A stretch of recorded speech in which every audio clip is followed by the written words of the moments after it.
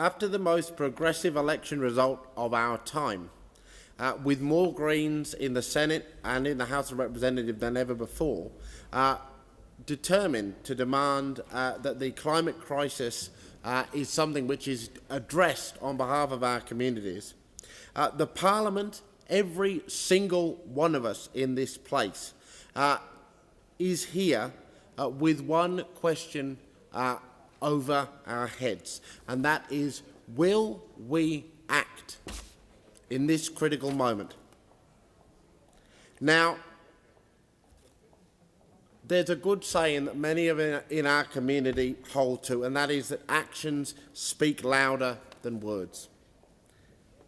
And in relation to the climate crisis, no act can be more impactful than the decision to keep fossil fuels in the ground. One particular project which seeks to do the very opposite of this, which is an incredible concern to so many community members in Western Australia, is that of Woodside's Scarborough Gas development. This disastrous plan is shaping up to become part of Australia's most dangerous fossil fuel project. If it goes ahead, this mega gas plant off the northwest coast of WA will single-handedly increase national emissions by over 10%. Now, I need you all here to understand how significant that is. This project will release as much pollution as around 20,000 airplane flights around the circumference of the Earth every single day for the next 25 years. This project irreversibly threatens First Nations cultural heritage, including the 45,000-year-old World Heritage Murujuga Art Precinct, a rock art area.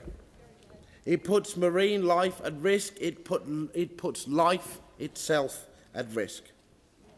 At a time when the rest of the world is scrambling to reduce emissions to tackle climate change, every year the Albanese Government the Albanese opposition, and now in government, has accepted hundreds of thousands of dollars in donations from Woodside and other mega fossil fuel corporations looking to have their death plants approved. Now, the science here is irrefutable. The mining and burning of coal, oil and gas is fueling the climate crisis. And yet, despite being on the literally sweltering front line of the climate crisis, Western Australia continues to enjoy the dubious honour of being the worst performing state on climate action in the country.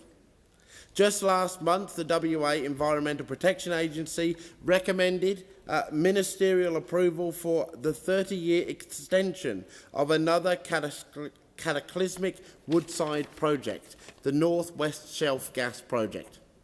That alone will lock in an additional 43 billion tonnes of carbon pollution and single-handedly blow Australia's carbon emissions budget. I have little doubt that the McGowan government will roll out the red carpet for this project. In fact, last year, McGowan indicated that he would intervene to keep the project going, even if a push by conservation groups to block Scarborough Gas in the WA Supreme Court was successful. Sadly, when I spoke about this 6 months ago, we were in the same position. Our community is fighting tirelessly against these projects every single day. Just last week, they flooded the EPA with a record-breaking number of appeals against the North West Gas Shelf expansion. Unlike the government, they know we must stop every new gas and coal project so that reaching net zero is absolutely achievable in this country. And the earlier we begin this inevitable transition, the smoother it will be. We can harness our abundant renewable resources to generate cheap and reliable energy while creating literally hundreds of thousands of jobs. We can take care of fossil fuel workers in this transition. This is the work that the community sent the Greens to this Parliament to do. This is the work which we shall now get underway.